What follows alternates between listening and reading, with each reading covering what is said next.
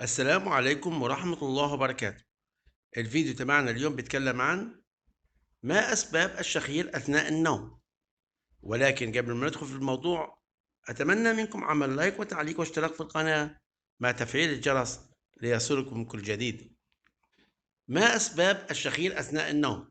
يحدث الشخير عند إعاقة تدفق الهواء عبر الأنف والفم، إذ يشار في الواقع أنه عند انتقال الإنسان إلى مرحلة النوم العميق، فإن كل من عضلات اللسان والحلق وسقف الفم، أو ما يعرف بالحنك الرخو أو شراع الحنك، تسترخي.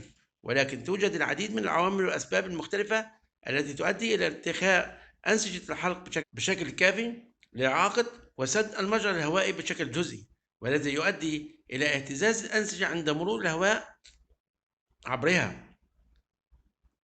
اهتزاز الأنسجة عند مرور الهواء عبرها وإصدار صوت الشخير.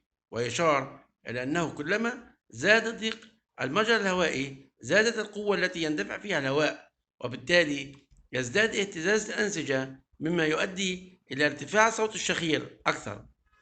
وفيما يأتي أبرز عوامل وأسباب الشخير أثناء النوم: 1. انقطاع النفس الانسدادي النومي.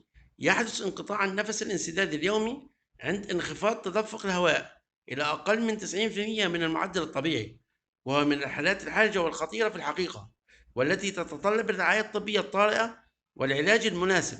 ويرافق انقطاع النفس ويرافق انقطاع النفس الانسدادي النومي حدوث الشخير نتيجة تباطؤ التنفس بشكل ملحوظ، أو توقف التنفس لأكثر من 10 ثواني في كل مرة أثناء النوم.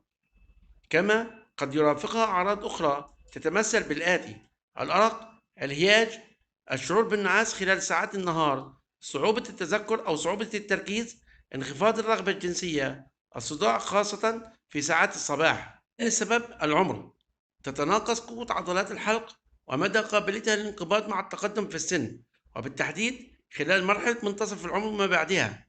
كما تصبح مساحة الحلق أضيق خلال هذه المرحلة العمرية، مما يساهم في زيادة فرصة المعاناة من الشخير. وبالرغم أن عامل العمر من الأمور التي يصعب التدخل بها، إلا أن إجراء بعض التغيرات في نمط الحياة كأداء بعض تمارين الحلق وتنظيم مواعيد النوم قد يساهم في تجنب الشخير والحد من حدوثه.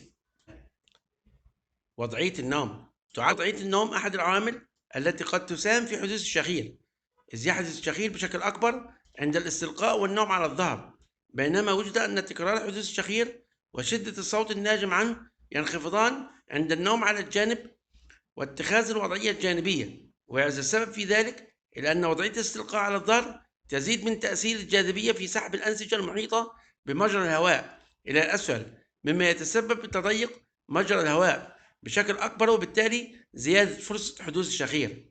5.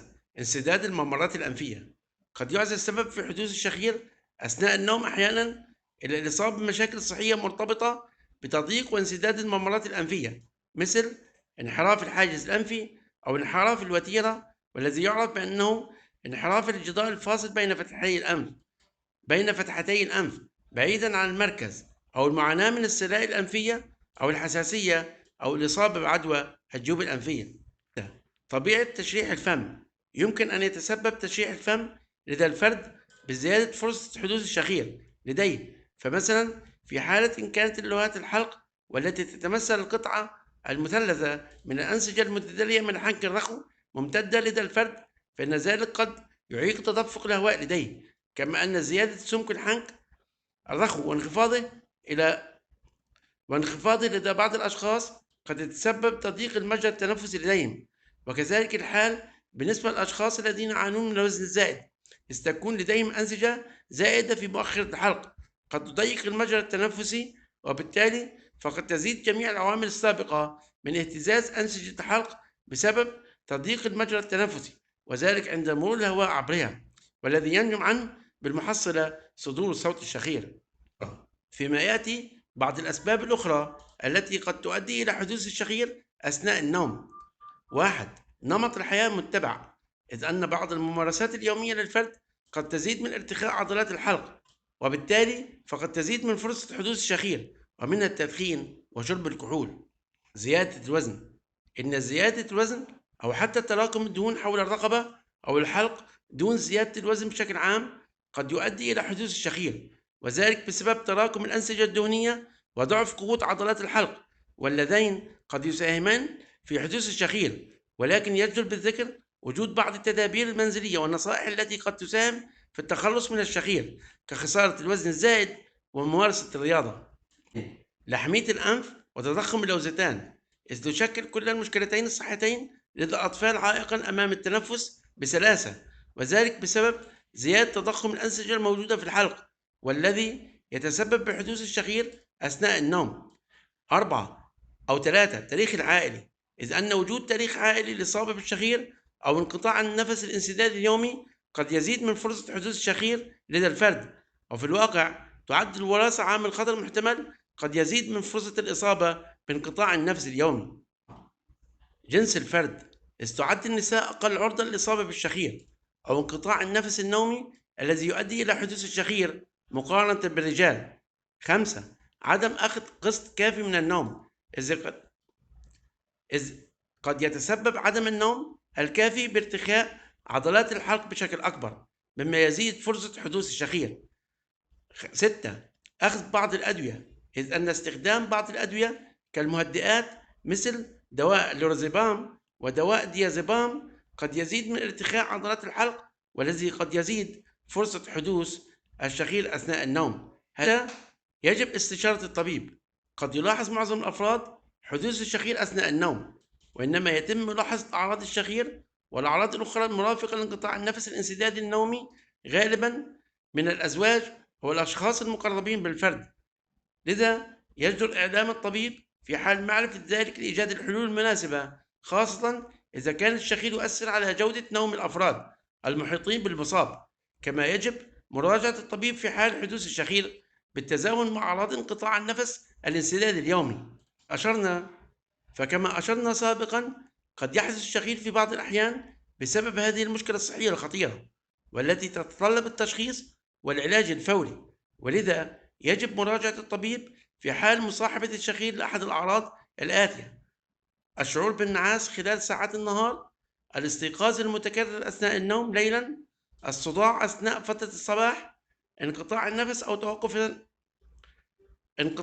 أو توقف النفس أثناء النوم ليلا، يتبعه أصوات الاختناق والشخير واللهاث.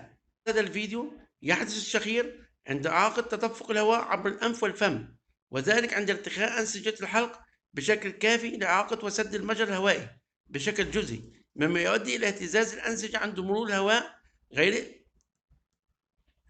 الهواء عبرها وإصدار صوت الشخير. ويحدث ذلك نتيجة العديد من الأسباب والعوامل المختلفة، مثل طبيعة تشريح الفم وانسداد الممرات الأنفية وانقطاع النفس الانسدادي النومي والعمر ووضعية النوم، بالإضافة إلى بعض أنماط الحياة المتبعة كالتدخين وشرب الكحول وغيرها من الأسباب والعوامل. ويشار إلى أنه يجدر تحديد السبب الرئيسي لحدوث الشخير ومراجعة الطبيب في حال مصاحبة الشخير لأعراض أخرى. هذا هو الفيديو تبعنا بالنسبة لليوم. وضع لايك للفيديو، أتمنى تكونوا شاهدتم الفيديو للآخر. أتمنى عمل لايك وتعليق واشتراك في القناة مع تفعيل الجرس. وكان معكم الدكتور محمد القرشلي، والسلام عليكم ورحمة الله وبركاته.